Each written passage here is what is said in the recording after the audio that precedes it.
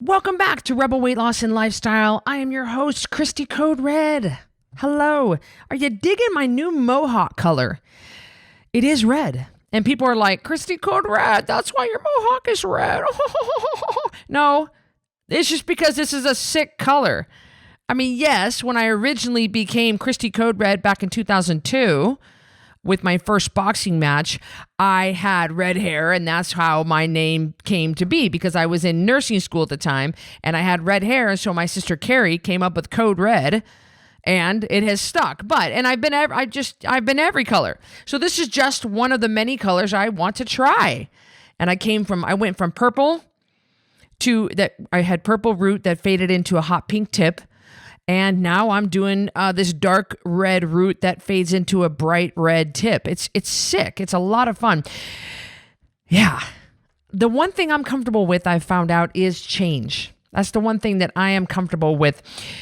You guys, we get a lot of ratings and reviews, and I want you to know that I appreciate them so very much. This one comes in 5 stars from Jamie Dippy, or Dippy, D-I-P-I.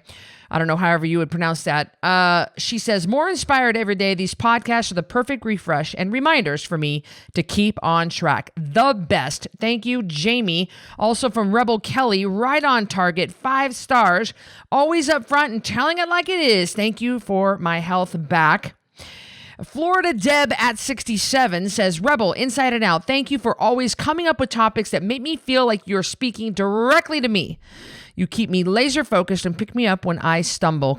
Commuting into and from work has never been so great. Oh, Deb, the best way to start my day. Thank you for changing me inside and out. What wonderful, wonderful ratings and reviews. And I thank you from the bottom of my heart for stopping what you're doing and filling out a rating and review on the Rebel Weight Loss and Lifestyle podcast. We are ranked pretty high among all podcasts in the United States. Last time I heard, we were number 250 out of almost 900,000 podcasts in the United States. Wow. That's something you can hang your hat on. Wow. And it's all because of you. So thank you. Thank you. Today's episode, we're talking about success stories. And I've got 4 guests. Okay. Dan, Debbie, Yvonne, and Brittany. 4 guests that you're going to hear from who have had tremendous health and healing and success on the Code Red lifestyle. And you'll listen. I mean, everybody thinks weight loss. And yeah, I mean, I'm categorized as a weight loss expert, but you'll notice from these guys, when you hear from them, that weight loss is so far down the list of things that the benefits that they experienced from taking their life back. You'll see that, that Yvonne lost her brother to obesity, and she knew that she was headed down that same path. She lost her brother. Her brother died of obesity-related complications that he could have prevented had he known about Code Red sooner. You'll hear from Brittany, who's a nurse practitioner, who actually went to nurse practitioner school because she wanted to learn how to heal herself, because traditional medical doctors were not giving her the answer. She knew something wasn't right, and she wanted to do something about it. You're going to hear from Dan, who's a Navy veteran, a husband, a father, 56 years old, and had cancer and was having prostate problems in his early 50s. And he was strict vegan for 6 years. Then he got sicker and fatter until he was made fun of by some buddies at work. And he just couldn't do it anymore. He knew something was wrong. And you're going to hear from Debbie, who is a leader for us. And Debbie was absolutely humiliated on a plane. She was 305 pounds trying to fit into an airplane seat and couldn't get the seatbelt. So she tried to just tuck the seatbelt in to where it didn't look like, it wasn't buckled, but she didn't want anybody to know it wasn't buckled because she didn't want to ask for the seatbelt extender. And that was her start to losing 155 pounds on Code Red. These are just grab a tissue, because you're going to see that they are real heartfelt and very emotionally moving. You'll see that I was moved in a couple of them, and I know you will be too. And it's nice that we could combine all 4 of these stories into one podcast for variety, and it's really great. So enjoy this podcast with Debbie, Brittany, Dan, and Yvonne. I'll see you guys soon. Enjoy this podcast. I'm Cristy Code Red, and you're listening to Rebel Weight Loss and Lifestyle. where we believe food holds the power to heal or poison, and we believe our society has been misled regarding proper nutrition and weight loss. You're in the right place if you're looking for some straight up truth, because I'm here to shed light on the lies and brainwashing that has taken place over the past 5 decades. Thanks so much for listening.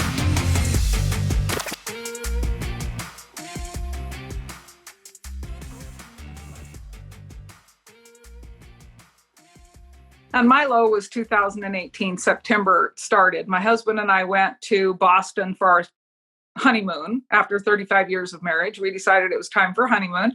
And getting on the airplane at 313 pounds, I knew it was going to be a struggle, but I didn't realize how small the seats were. I hadn't flown in years. And so on the plane we got, and of course the seatbelt won't buckle. And I'm like, well, I'll just kind of sit here and pretend like it's buckled. And Dick said, your seatbelt won't buckle. And immediately I was embarrassed.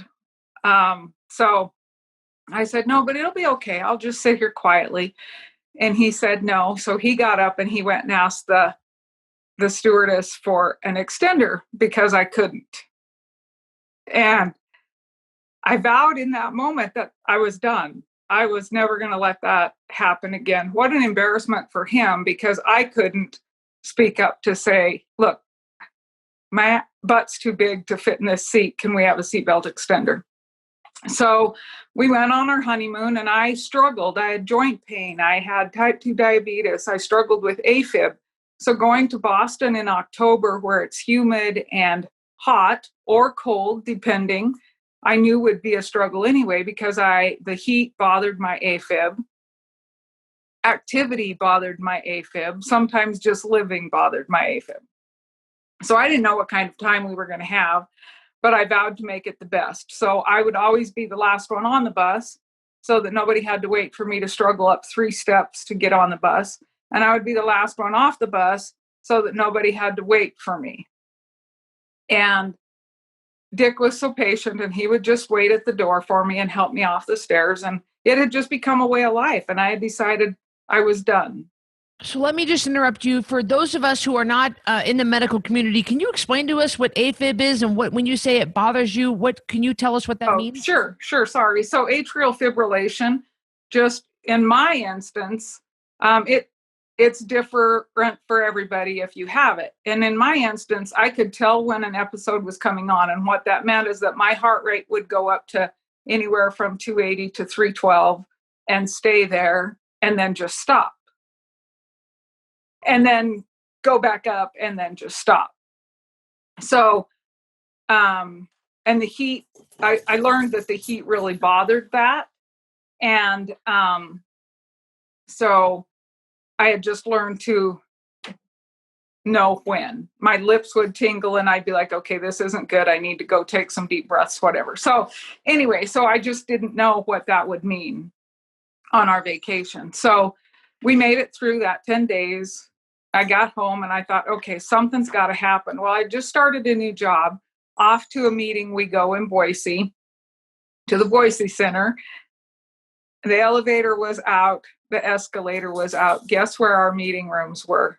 On the top. Oh, no. So again, here I am with all these people that I respect in this new job. And I love my new job and I love the people I work with. And yet I have to go up 4, 5, 6 stories to the meeting rooms. And how am I going to do that?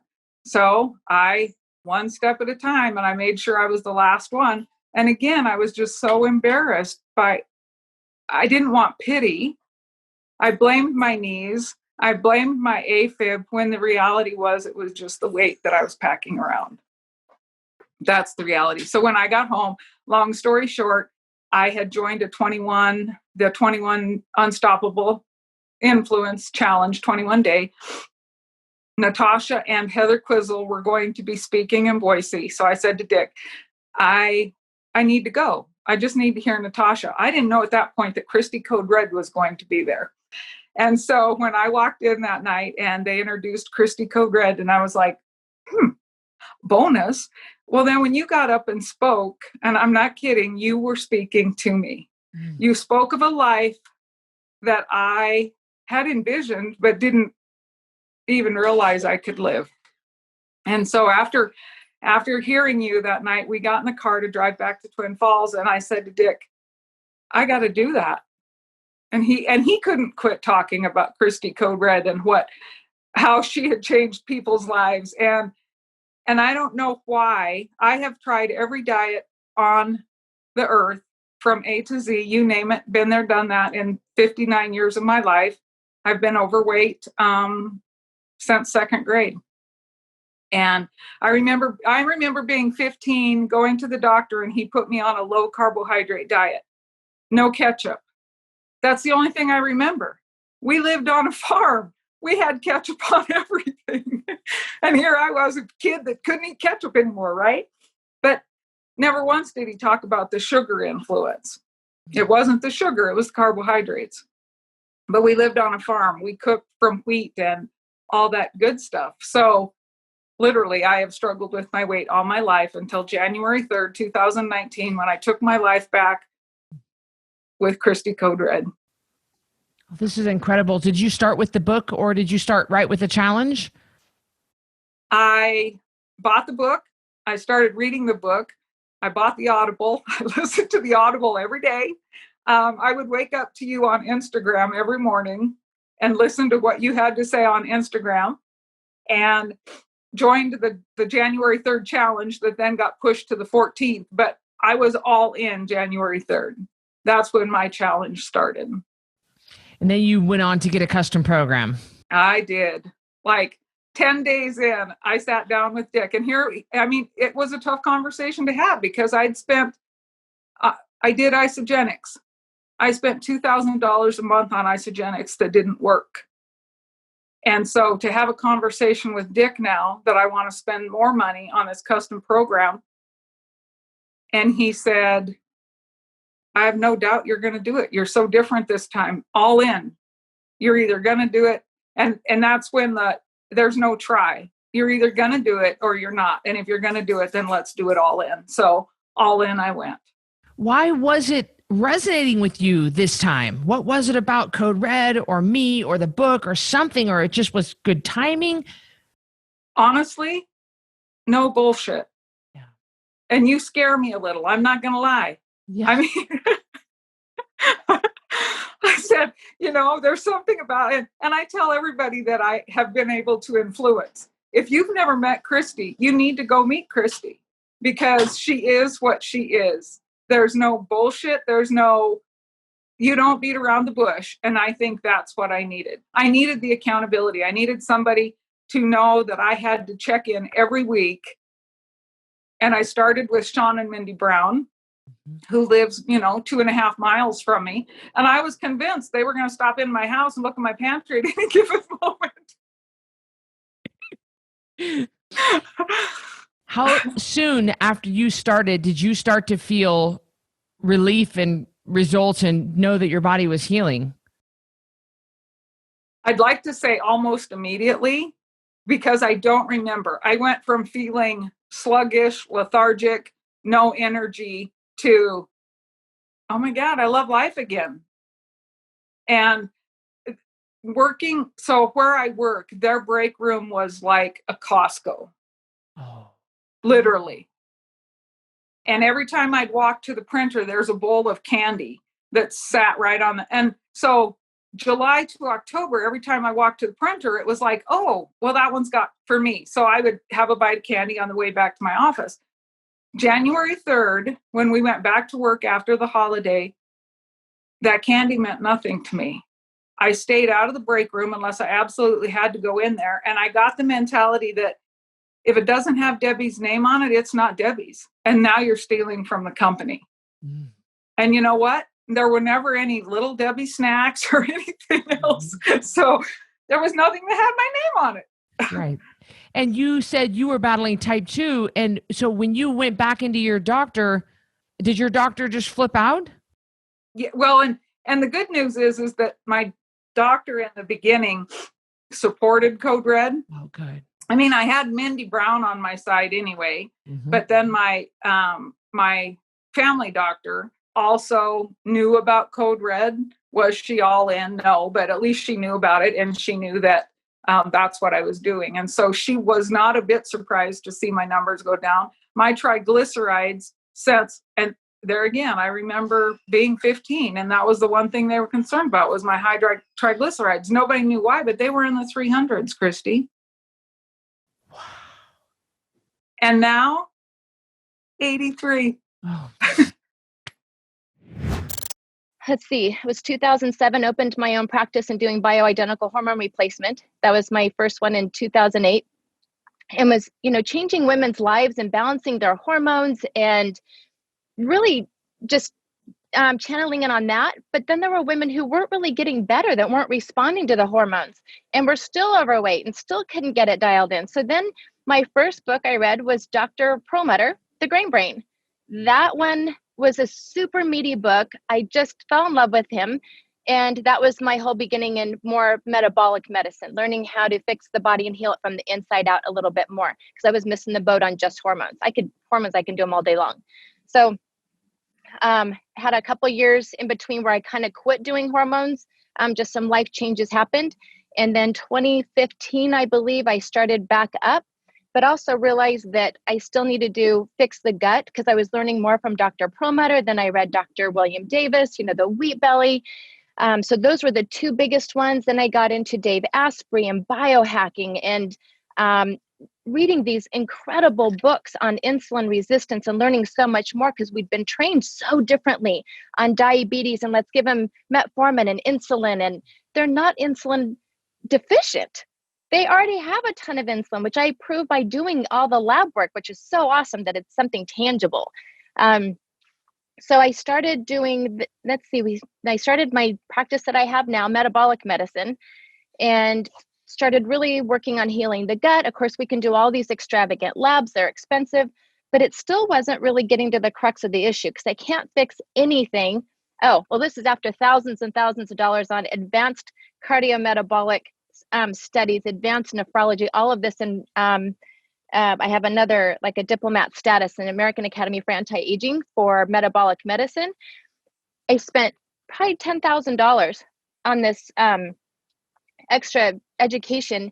And at the end, it all came down to, I cannot fix one single thing on any of these people unless I fix what they put in their mouth. And it didn't matter.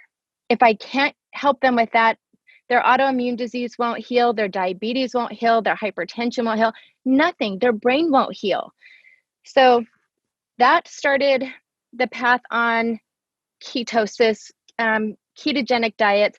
I have every gadget: breath ketone monitors, blood ketone monitors, blood sugar monitors, peeing on strips, anything you could imagine, and still didn't lose a single pound. So then we did fasting, intermittent fasting. Then comes in Dr. Jason Fung, who is another one of my heroes, and the fasting guru. Got to meet him and Megan Ramos and was just thrilled to death. They're just incredible. And so doing fasting, intermittent fasting, up to 72-hour fast, still didn't lose a pound. I'm like, you've got to be kidding. So then the picture that you see in my before and after, it was so humiliating and so embarrassing. After a 22-year break in service, I came back to the military to get commissioned. And that was the day that I officially was commissioned. And my dad was there and everyone was there, but I was nothing fit. I did not have a single thing in my closet except fat scrubs that fit. I'm like, what the hell? What happened? Like, I don't even know what happened. When I started the challenge, January 2019, I weighed 150 pounds, mortified. I'd always weighed 134 all my life, whether I was skinny, fat, or, fit, it didn't matter. So let's see. Then I was, so after those, I didn't even post those pictures on the internet to celebrate that day, because I was so embarrassed about how I looked. It was terrible. So then I went up to the base, and these flight nurses that I had seen were really overweight. I was kind of surprised. So probably within a 6-month period, I kept seeing them, and I'm like, wow, they're kind of shrinking, what's going on? And they shared with me that they had been doing Code Red. And of course, yeah, great. Okay, another gimmick diet. Awesome. Because I'm not going to do that in my clinic or share that. So then I'm not one to ever not research something, because one thing I found in my profession is there's no room for not being humble and not having humility, because as soon as the ego comes in or any arrogance, you're humbled so quickly, and it's usually not very pretty. My humblings aren't pretty, so I'd rather just come to the plate humble. So I did some research, told my nurse who's in my business with me, I said, let's try this. And it was the January challenge, and lost 10 pounds. We both did that month. And I thought, why can't I just keep going? Because I never felt like I was really where I wanted to be pretty much ever. And so then I bought the custom program and then finished losing the 25 pounds. I was going to make my goal 134 because that's what I always was. And then I thought, well, why limit myself? I'm putting a limit on me. So I made it 128 and you agreed with it. And it's like, all right, well, guess here we go. And then I got down to 125 because it just keeps going. Because then it's body comp. It's like, well, I got a little more here, I could lose. And then life happened a little bit. So I probably stayed right at 130. Then went to military training that next January. Came back with about 7 pounds extra on. We had the most horrible chlorinated water every day that we had to drink. It was, the smell was so strong, it was horrible. When we could finally get stuff ordered in, I got the Ultima, and I would sneak it in. Hope nobody's going to watch this. We would sneak it in. It's the only thing that helped. And then the food, the only oil they had, they didn't have butter. The oil they had was this orange grill shortening. It was horrible. So I came home and I'm like, okay, I'm certainly above where I want to be. And I know me. And the amazing thing about Code Red is it's reproducible. And in my business, I want stuff that's reproducible, that I can get the same results every single time. Came back, got on maintenance, went back to my custom program numbers. And because I knew I needed that accountability, which is amazing to have, which Code Red provides a phenomenal resource for that. And then the weight comes off, and now I'm in maintenance and still on accountability, because I know I need to be, I'm not mentally, it's not ingrained yet. I tend to push the boundaries a little bit. So being accountable for me and being accountable to my patients is phenomenal. All my patients are taught Code Red. I mean, you can provide them, Code Red provides them, that community provides them far more than what I ever can as a single person. So here I am at, 188 in 1990, and by 1990, probably 1995, when I got out of the Navy, I'm 245 pounds again as a vegan. Oh. So if you, I went away. I did some training in a post-secondary for a year when my first was born, and I learned marine construction. And I look at pictures there, and I've got this great big belly I'm wearing, busting out of my bib overalls at 247 pounds. Injured my knee. I think I wrote this to Carrie, a meniscus tear in my knee. I end up on disability for 3 months, had to wait for surgery. I go into rehab, and I want to say 250, 260 pounds. Oh. And I'm in part of rehab when they're trying to get your knee working again and gradually building up the weight you can carry. You talk to them about the kind of work you do, and they try to simulate it in the room, is a sit down about nutrition. And the lady who's conducting the meeting is talking about nutrition. And then she talks about vegetarians and vegans and how, their diets aren't sustainable, and, the whole B12 thing, that the cliche or scripted type stuff. And this is not what we're talking about now anyways, one or the other. But, and then I put my hand up because I'm thinking I got to defend being a vegan, right? I put my hand up and she says, yeah. And I said, actually, I'm vegan. And everybody's like, yeah, right. And I said, no, I'm vegan. I've been vegan for, 6 years by that point, 7 years. And everybody's like, no. And the guys that I was hanging out with during rehab were like, no way. And I said, yeah, I'm vegan, strict vegan. No meat, no dairy, no eggs, no. And the guy looks at me, the guy I was good buddies with, and he looks at me and he says, you are the fattest vegetarian I have ever seen. Oh, Dan. And of course, kind of breaks my heart now to say it, but you know, we've talked about this, these defense mechanisms we build to get ourselves through those situations. My response was, I'll take that as a compliment. Because I know it was meant as a compliment. That's what his heart was, trying to be complimentary. But mine was broken. Mm-hmm. So that was 25 years ago. You know, my son was a year old. So I kept teaching my kids those habits, teaching my kids the stopping for coffee, teaching my kids the, you know, grab something on the way out of town, stop at the gas station, the bags of chips, I just kept teaching. I feel, you know, responsible for that.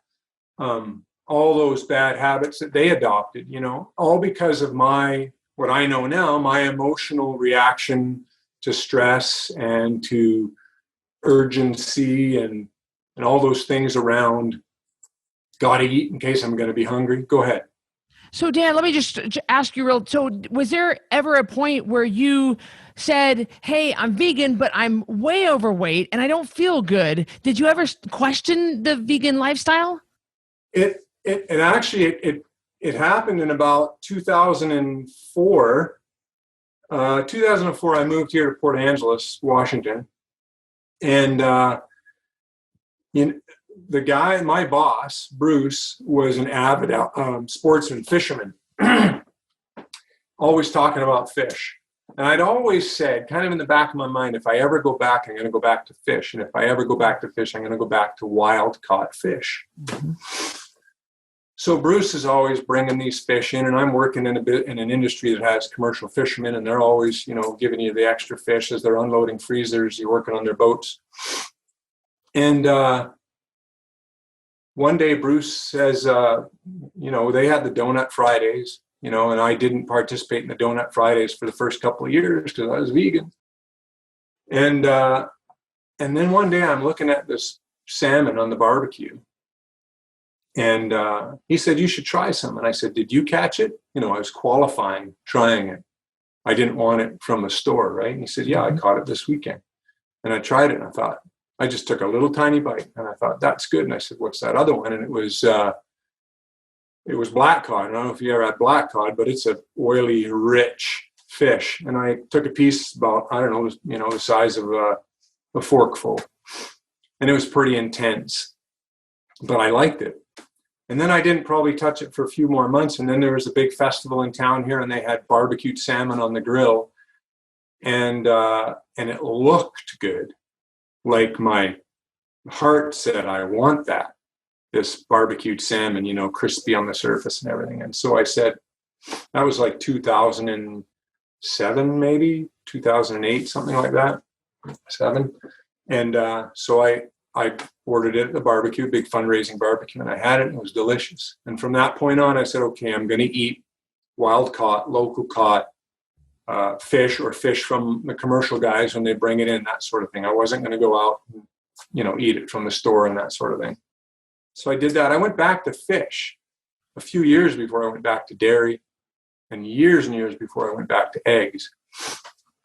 But it was at that moment where I was looking at Bruce, and Bruce was eating paleo at the time, and he's telling me all about it. I'm like, yeah, I got it. I'm vegan. I've got the answer. 250, 260, 270 pounds. So here's the moment, and I'll just draw you a quick picture. Sorry, I keep leaving the camera, Cristy. That's okay. I like how authentic and real you are. He's got pictures, you guys. How neat is this? But a good friend of mine, a really good friend of mine, I love him, draws this picture. You see that? Okay. Yeah. And he hands it to me, and he says, do you know what that is? And I said, no idea. He said, that's Dan hiding behind a telephone pole. Oh, Dan. Oh, my gosh. Oh, my gosh. And I love the guy. And I laughed. And my family knows these stories, or at least Kim and the kids do. And it was at that moment where I kind of went, oh man, this is just not right. This is just not right. And then I began to kind of try. This was probably 2010, maybe 2009. And I tried to watch my food. I said to Kim, we got to keep this out of the house. We got to keep that out of the house. I didn't know. I didn't know. There was an East Indian restaurant in town. I'd go get East Indian food at lunch, and I would pack it in 15 minutes on my half-hour lunch break. And I love Indian food, vegetarian, right? And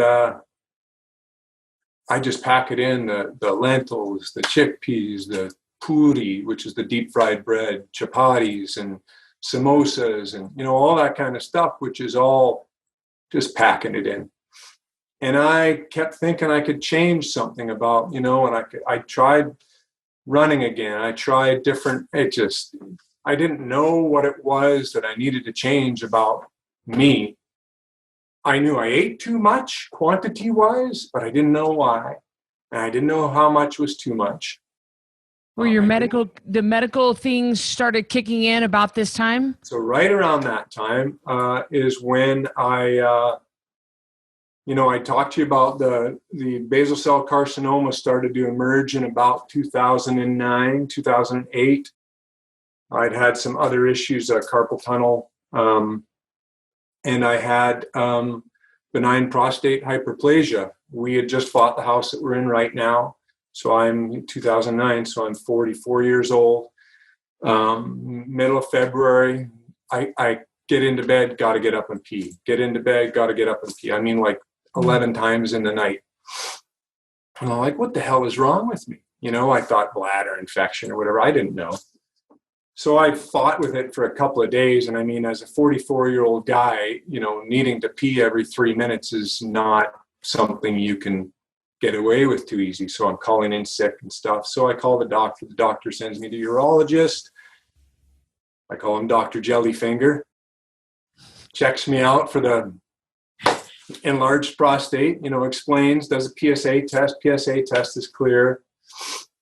He says, yep, you got an enlarged prostate. You're going to have to be on prostate meds. Gives me the whole discussion on what the future holds for me and everything. He prescribes a couple of different things, and I end up landing on doxycycline as my medication that I've been on for the last 11 years.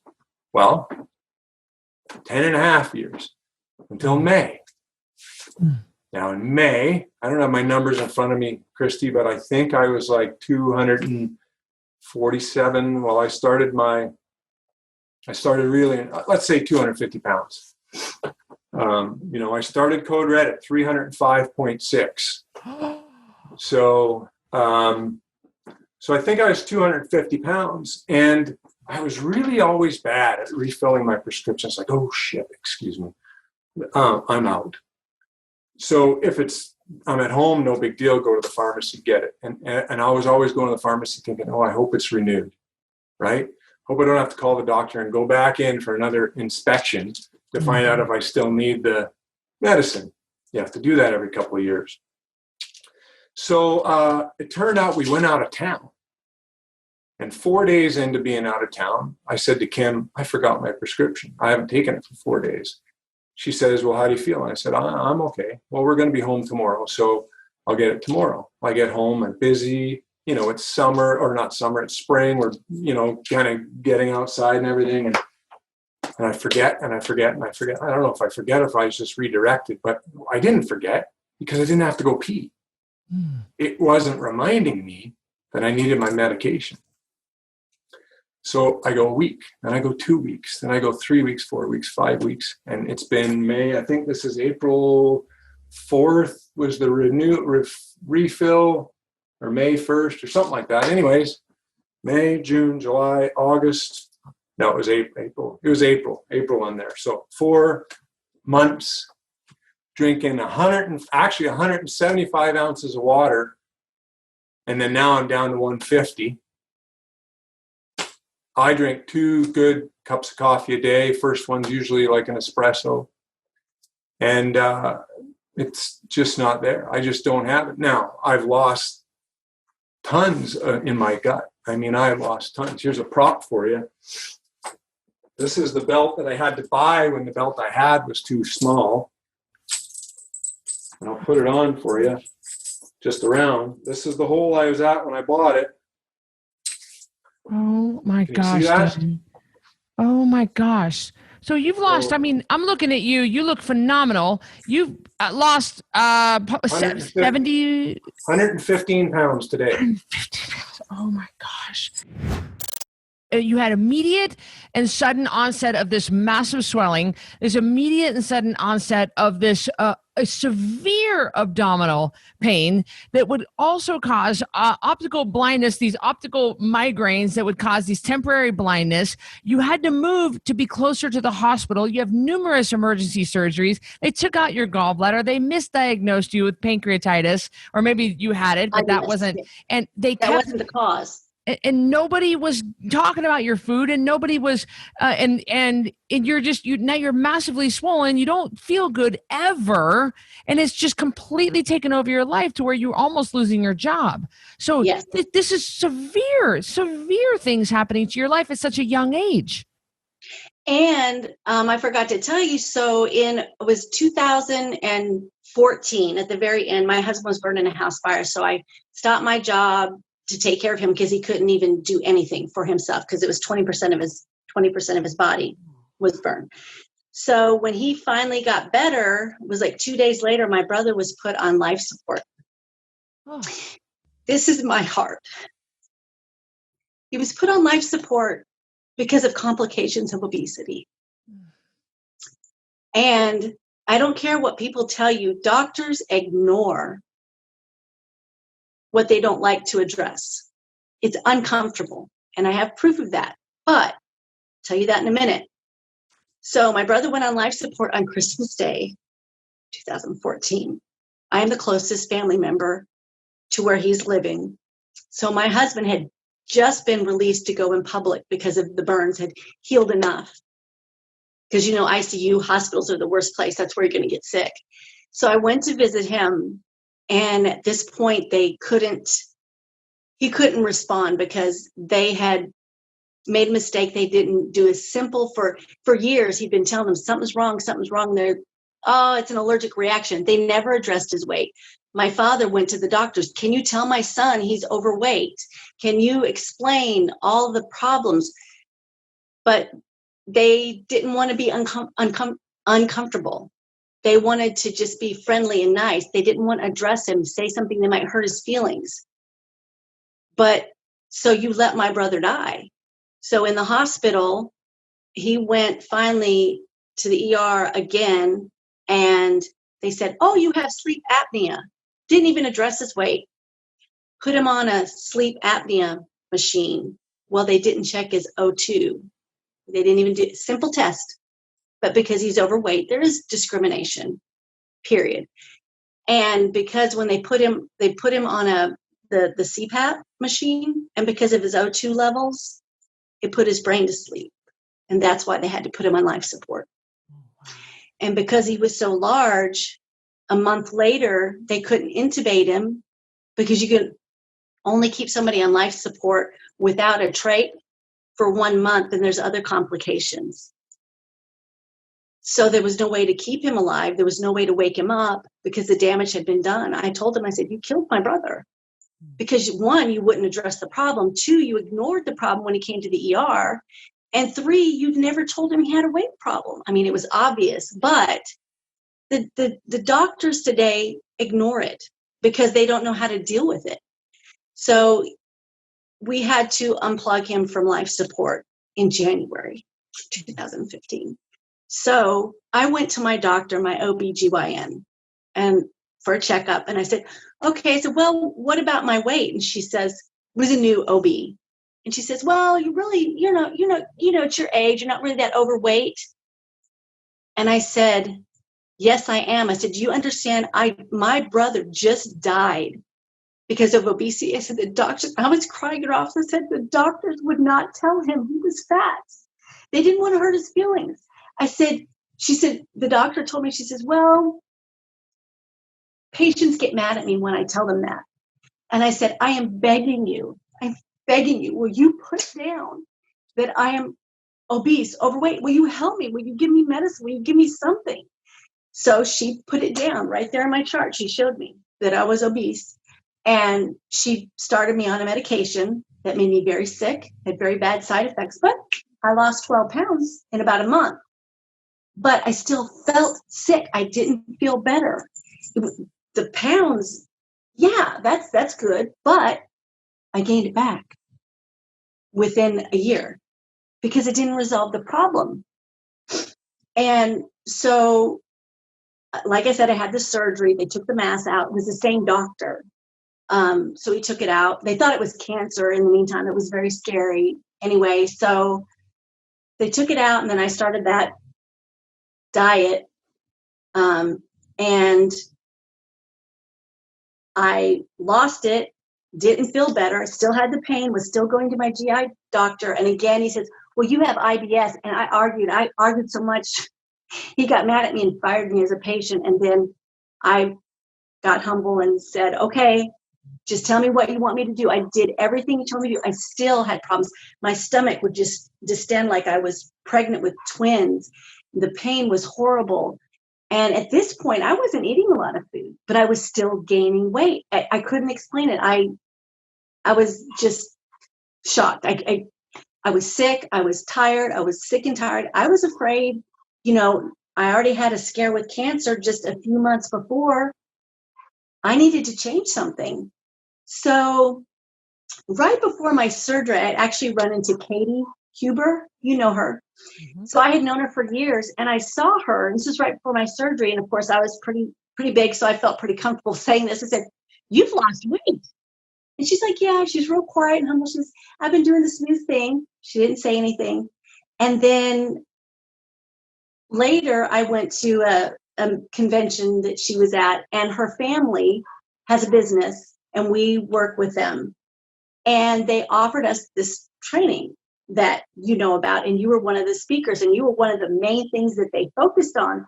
And I was like, maybe God's talking to me, because I've been begging, just wanting some solution. And I saw Katie's results, and I was like, So that was for March 23rd. And I thought, I'm desperate. I can't wait. So I called the office. I said, hey, I know we're going to be meeting this person. You're having the presentation and all that. I said, but it's an emergency. I need help. I can't do this anymore. I feel like I'm going to die. I mean, it was horrible. I couldn't sleep at night. Oh, and this was the worst. I didn't even tell you this. For the past, 5-6 years, I could not lay down or sit down without being in severe pain. I couldn't stand up or walk. After I'd sat, I'd try to walk, and it was like, and at work, it was horrible, because trying to sleep, I couldn't sleep. I would have to stand up. Or even running, walking was fine, but sitting and lying down where you rest, couldn't do it. And I also had this annoying to the point that people were like, excuse me, I said, do you mind waiting? I'm like, no, it's not you. I had gone to Mayo Clinic for 3 years trying to get this cleared up, the stomach cleared up. I gone to specialists. I had surgery to kill the nerve in here to help with the pain, because nobody could help me. I mean, that's crazy. Then they were about to, until I got Code Red, they were going to cut my sinuses and trim everything down, because they could not even get a scope in my nose because I was so swollen. Well, now that I know Code Red, why didn't they check for food allergies, for something I was eating? Anyway, so I called and I said, I can't wait. What can I do? They said, well, you can get the book. You can watch her on YouTube. You can watch her on Instagram, which I don't have. So I started watching your YouTube and podcasts, listening. If I couldn't watch, I would listen, and started just following what you said. In 3 weeks before March 23rd, I'd already lost 11 pounds. I started sleeping through the night. 2 weeks in, no more pain. None. Gone. Yes. Completely healed. Within 2 weeks, I stopped. I was on 26 different medications, 26 different things. Plus, that doesn't count the 4 different kinds of narcotics that I was taking for pain, which didn't help, which that causes other problems when you slow down your system. So 2 weeks of Code Red, pain-free, no stomach problems, nothing. I felt amazing. Not because I'd lost, because someone had said, oh, it's because you lost 11 pounds, you don't have pain. 11 pounds is not going to help with pain, the fat itself. I was having physical, internal, intestinal, my bones, my joints. I couldn't even, like this, to lean on a table. No way I could do a push-up because my arm was so swollen. I was going to chiropractor 3-4 times a week. And he would, it was just horrible. I was like someone that was, because my grandmother's 99 years old. So I have to say, it would have to be like a 116-year-old person that could, because my grandmother doesn't have a lot of problems. But I was like an old person. And I mean, like really like 100 or older. And Code Red saved me. It changed my life. I'm able to do my work. And I was a person that I was so tired. They had diagnosed me at Mayo with, what's that chronic pain? It's fibromyalgia or whatever. Oh, yeah, fibromyalgia. Yeah. None. On no pain, pre-diabetes, in 2 weeks off my medicine. Numbers normal, everything. I was supposed to go in for surgery for my back. Didn't need it. Everything. And you can imagine my doctor bills, like for one ER visit, it was like $1,600. So I had stopped doing that and I started self-medicating legally, medicine that they'd given me. But why are they giving me medicine when there is a cure for what was making me sick? Thanks for listening to this episode of Rebel Weight Loss and Lifestyle. If you're not subscribed already, please be sure to do that right now. And if you enjoyed this episode, I would love it if you could do me a quick favor and rate and review this podcast. That would be just so helpful. Speaking of help, let me know if I can help you. Go to coderedlifestyle.com, check out my programs, and see what we can do for you. Until next time, Rebel on.